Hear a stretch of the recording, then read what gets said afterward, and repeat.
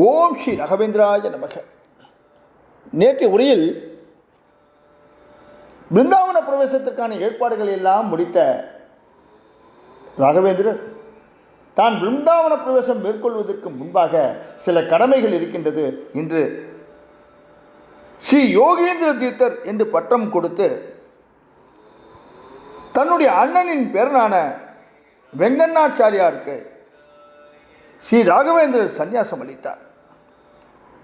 மேலும் வெங்கண்ணாவிடம் எனக்கு எந்த அளவுக்கு நீ உதவி செய்தாயோ அதே அளவுக்கு நீ யோகேந்திர தீர்த்தருக்கும் உதவிகள் செய்ய வேண்டும் என்று வெங்கண்ணாவிடம் முறையிட்டார். வெங்கண்ணாவும் எனக்கு இதையெல்லாம் நீங்கள் சொல்லவே வேண்டியதில்லை, இதைவிட எனக்கு வேறென்ன பாக்கியம் என்று நெகிழ்ந்து போன நிகழ்வும் நேற்றைய உரையில் பார்த்தோம். ஒரு நாள் ஸ்ரீ மூலராமர் பூஜை எல்லாம் முடிவுற்றது. அப்போது திவான் வெங்கண்ணாவை அழைத்து தாம் பிருந்தாவன பிரவேசம் செய்யும் நாளை குறிப்பிட்டு அதற்கான ஏற்பாடுகள் எல்லாம் செய்ய சொன்னார் ஸ்ரீ ராகவேந்திரர். அந்த சமயம் வெங்கண்ணாவின் நிலைமையை நினைத்து பாருங்கள் என்று நேற்றைய உரையை நாம் முடித்திருந்தோம் என்றவா. பாருங்கள், தொடர்ந்து பார்ப்போம். வெங்கண்ணர் துக்கம் தாழாமல் கண்ணீர் விட்டு அழுதார். நமது சுவாமிகளை வெகு சீக்கிரம் பிரிய போகின்றோமே என்று துவண்டு போனார். வெங்கண்ணரின் துயரத்திற்கான காரணம் சிஷ்யர்களுக்கு தெரிந்தது. அவர்களும் பெரிதும் வருந்தினார்கள். இதுதான் தக்க தருணம் என்று எண்ணிய நாராயணாச்சார் தான் எழுதியிருந்த ஓலைச்சுவடிகளை ஸ்ரீ ராகவேந்திரிடம் சமர்ப்பித்தார்.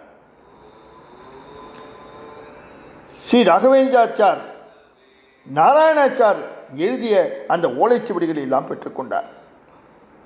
ராகவேந்திர விஜயம் முழுவதையும் படித்த ஸ்ரீ ராகவேந்திரர் சிஷ்யர் நாராயணாச்சாரியாரின் புலமையை கண்டு வியந்து போனார், மகிழ்ந்தார்.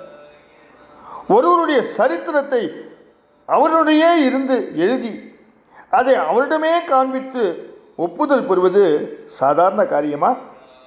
இந்த நிகழ்ச்சி ராமாயண நிகழ்ச்சியை போல உள்ளதல்லவா? வால்மீகியும் ராமனின் உடனிருந்தே ராமாயணத்தை எழுதினார் அல்லவா? அந்த அளவுக்கு சிறப்பு வாய்ந்த ஸ்ரீ ராகவேந்திர விஜயத்தை ஏற்றிய நாராயணாச்சாருக்கு மகாகவி என்ற பட்டத்தை கொடுத்து மகாகவி நாராயணாச்சாரியார் என்று அழைத்தார். நாராயணாச்சாரியார் ஆனந்த கண்ணீர் வடித்து ஸ்ரீ ராகவேந்திரரை தொழுது மந்திராட்சதியை பெற்றுக்கொண்டார். ஸ்ரீ ராகவேந்திர விஜயம் ஓலைச்சுவடி பற்றிய ஒரு சர்ச்சையும் இருக்கின்றது.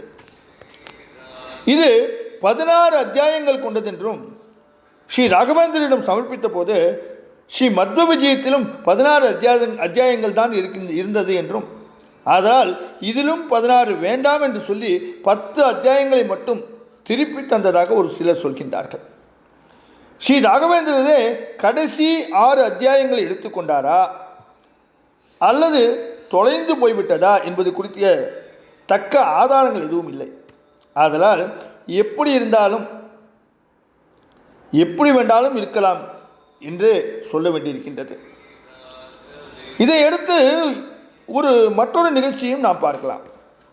ஸ்ரீ ராகவேந்திர சுவாமிகளின் சந்நியாசம் ஏற்கையில் அவரது மகன் லட்சுமி நாராயணன் சிறுவனாக இருந்தார். ஸ்ரீ ராகவேந்திரரின் பூர்வாசிரம அண்ணா குருராஜன் தான் இவனை வளர்த்தார். சரஸ்வதிபாய் தனது கணவர் சந்நியாசம் ஏற்றதை அறிந்து கிணற்றில் குதித்து தற்கொலை செய்து கொண்டு பேயாக அலைந்து பின்னர் ஸ்ரீ ராகவேந்திரால் நற்கதி பெற்றார். ஆதலால் தாயும் இன்றி தந்தையும் இன்றி பெரியப்பா குருராஜனிடம் வளர்ந்த லட்சுமி நாராயணன் நாளடைவில் வளர்ந்து பெரியவனாகி கல்விகளில் சிறந்து விளங்கினார். இவரும் ஸ்ரீமடத்துக்கு அடிக்கடி வருவதுண்டு. இவரும் ரிக் பாக்ஷே டீகா விபத்தி என்னும் நூல் ஒன்றை எழுதியிருந்தார். தான் எழுதியிருந்த நூலை ஸ்ரீ ராகவேந்திரிடம் சமர்ப்பித்தார். நூலை பார்வையிட்ட சுவாமிகள் அந்த நூலின் அருமையை உணர்ந்து அதற்கு விளக்கம் எழுதி ரிக் அர்த்த மஞ்சரி எனும் பெயரையும் வைத்தார். இதன் காரணமாக அந்த நூல் பெரிதும் புகழ்பெற்றது. அதாவது ஸ்ரீ ராகவேந்திரரின் பூர்வாசிரம குடும்பத்தினர் எல்லோருமே நல்ல பாண்டித்யத்தோடு விளங்கினார்கள் என்பதற்காகவே இந்த நிகழ்ச்சிகளை எல்லாம் நாம் பார்க்கின்றோம். இவ்வாறு ஸ்ரீ ராகவேந்திரிடம் நூல்களை சமர்ப்பித்து ஆசை பெற்றதும் ஸ்ரீ ராகவேந்திரர் திவான் வெங்கண்ணரை அழைத்து தனது பிருந்தாவன பிரவேசம் பற்றி மேலும் விளக்கி அதற்கான ஏற்பாடுகளை எல்லாம் கவனிக்க சொன்னார். ஸ்ரீ ராகவேந்திர சுவாமிகள் பிருந்தாவன பிரவேசம் செய்ய போகின்றார் என்ற செய்தி எல்லா இடங்களுக்கும் பரவிவிடவே நாட்டின் பல பாகங்களிலிருந்து மந்திராலயத்தை நோக்கி மக்கள் திரளாக வர ஆரம்பித்தார்கள். நாமும் ஸ்ரீ ராகவேந்திர சுவாமிகள் பிருந்தாவனத்துக்குள் பிரவேசிக்க போகும் திவ்யமான காட்சிகளை எல்லாம் நாளை உரைகளிலிருந்து கேட்கப் போகின்றோம். அந்த அற்புதமான நிகழ்வுக்குள் செல்ல இருக்கின்றோம். இன்று பிரிந்து நாளை சந்திப்போமா? ஓம் ஸ்ரீ ராகவேந்திராய நமக. ஓம் ஸ்ரீ ராகவேந்திராய நமக. ஓம் ஸ்ரீ ராகவேந்திராய நமக.